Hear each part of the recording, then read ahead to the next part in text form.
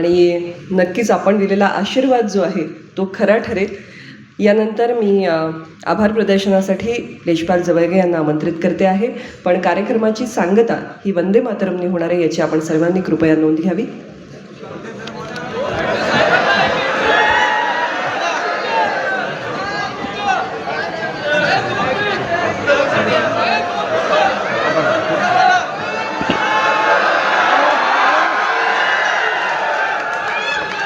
Sir please 5 minute.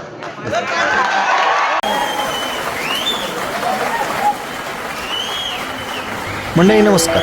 राज्यातील बनावट अन्न, दूध, भेसळ आणि नियमभंग करणाऱ्यांवर धडक कारवायांचा सपाटा लावणारे एफडीए आयुक्त तुकाराम मुंढे सध्या राज्यभर चर्चेचा विषय ठरले आहेत. त्यांच्या कठोर, निर्भीड आणि जनहितवादी प्रशासकीय शैलीची चर्चा सुरू असतानाच त्यांच्या प्रेरणादायी जीवन प्रवासावर आधारित तुकाराम या पुस्तकाचा प्रकाशन सोहळा पुण्यातील टिळक स्मारक मंदिर येथे आज सायंकाळी मोठ्या उत्साहात पार पडला. या सोहळ्यात तुकाराम मुंढे यांनी स्टेजवर न बसता आपल्या कुटुंबासोबत थेट प्रेक्षकांमध्ये बसून कार्यक्रमाचा आनंद घेतला. मात्र उपस्थितांच्या सातत्यपूर्ण आग्रहानंतर ते व्यासपीठावर विराजमान झाले. त्यांच्या या साधेपणा, शांत आणि संयमी स्वभावाने उपस्थितांची मनं जिंकली. दरम्यान संपूर्ण कार्यक्रमातील मान्यवरांची भाषणं झाल्यानंतर निवेदिका समीरा गुजर यांनी आता आभार प्रदर्शन होईल, तुकाराम मुंढे बोलणार नाहीत असं जाहीर केलं. मात्र यानंतर सभागृहात उपस्थित तरुणाईने मुंढे यांना बोलण्याचा जोरदार आग्रह धरला आणि अखेर हातात माईक घेत मुंढेंनी मनोगत व्यक्त केलं. हे मनोगत फक्त 3 मिनिटात संपवण्यात आलं. मुंढे म्हणाले, मला बोलता येणार नाही. हा क्षण माझ्यासाठी अत्यंत मोठा आहे. मी येथे व्यासपीठावर बसण्यासाठी किंवा भाषण करण्यासाठी आलो नव्हतो. माझ्यावर लिहिलेल्या पुस्तकाचं प्रकाशन ज्यांच्या हस्ते होतं त्यांचे विचार ऐकण्यासाठी आलो होतो. हे पुस्तक मी वाचलेले नाही, पण लवकरच वाचेल. यावेळी त्यांनी स्पर्धा परीक्षेची तयारी करणाऱ्या तरुणांना प्रेरणादायी संदेश सुद्धा दिला. लोकसेवेसाठी माझ्या सेवा काळात जेवढं शक्य आहे तेवढं काम करण्यासाठी आपण प्रयत्न करणार असल्याचंही त्यांनी स्पष्ट केलं. स्पर्धा परीक्षेतील यश किंवा अपयश अंतिम नसते. स्पर्धा परीक्षा हे केवळ माध्यम आहे. जो स्पर्धा परीक्षेची तयारी करतो तो कधीच अपयशी ठरत नाही, कारण खरी स्पर्धा दुसऱ्याशी नसते तर स्वतःशी असते. रोज स्वतःपेक्षा अधिक चांगला माणूस बनण्याचा प्रयत्न हीच स्पर्धा असायला हवी असंही ते म्हणाले. या कार्यक्रमाच्या अध्यक्षस्थानी ज्येष्ठ साहित्यिक रंगनाथ पठारे, तर एबीपी माझाचे मुख्य संपादक राजू खांडेकर, माजी अप्पर जिल्हाधिकारी अशोक मुंडे, सरचे संस्थापक संजय नहार, लेखक शफी पठाण यांच्यासह अनेक मान्यवर उपस्थित होते.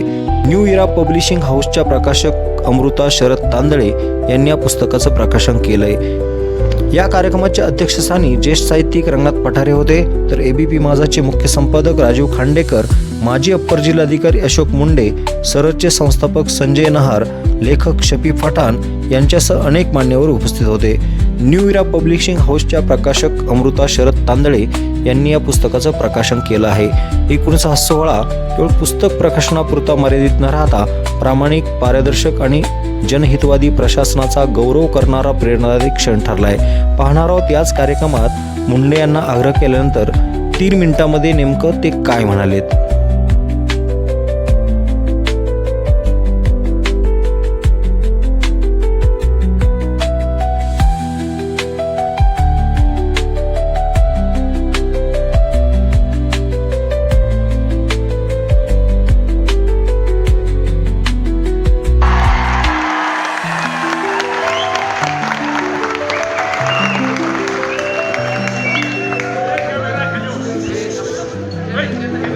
खरं तर मी आज व्यासपीठावर बसण्यासाठी किंवा बोलण्यासाठी आलो नव्हतो.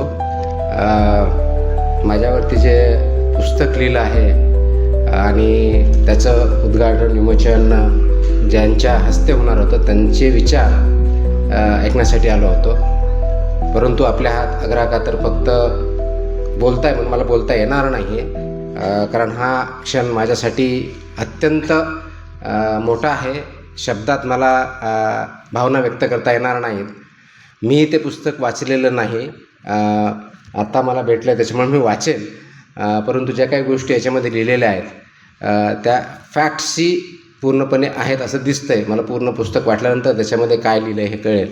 तथापि आपण सर्वजण इथं या कार्यक्रमासाठी आलात ते मनापासून मी आणि मुंडे कुटुंब यांच्या वतीनं आपले धन्यवाद मानतो. आपलं जे प्रेम आहे हे असंच चालू राहू द्या. माझ्या परीनं, आमच्या कुटुंबाच्या परीनं जेवढे प्रयत्न मला ह्या लोकसेवेसाठी करता येतील तेवढं मी करत राहील.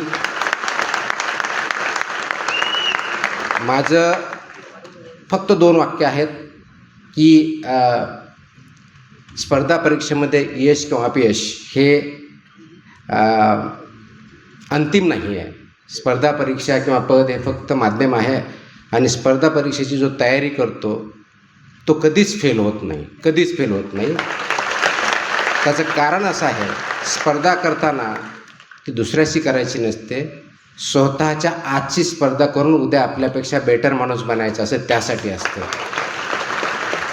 त्याच्यामुळे आपण त्याच्यातून शिकून एक चांगला माणूस, एक चांगला समाजातला घटक आणि स्वतः कुटुंबाप्रती आणि समाजाप्रती असलेली भावना व्यक्त करण्यासाठी आपण बेटर जर झालं तर समाज उच्च लेवलला जायला जास्त वेळ लागणार नाही.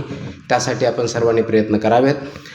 स्पर्धा परीक्षेच्या पाठीमागं, कारण इथं बरेच यंगस्टर आहेत, मी अनेक वेळेस बोललेलो आहे, बऱ्याच वेळेस आपण भाषणं ऐकतो, इन्स्पिरेशन ऐकतो, असं म्हणत असतो की स्पर्धा परीक्षा द्याव्या, त्याच्यातून यश भेटावं. निश्चित चांगली गोष्ट. स्पर्धा परीक्षा हे चांगलं माध्यम आहे.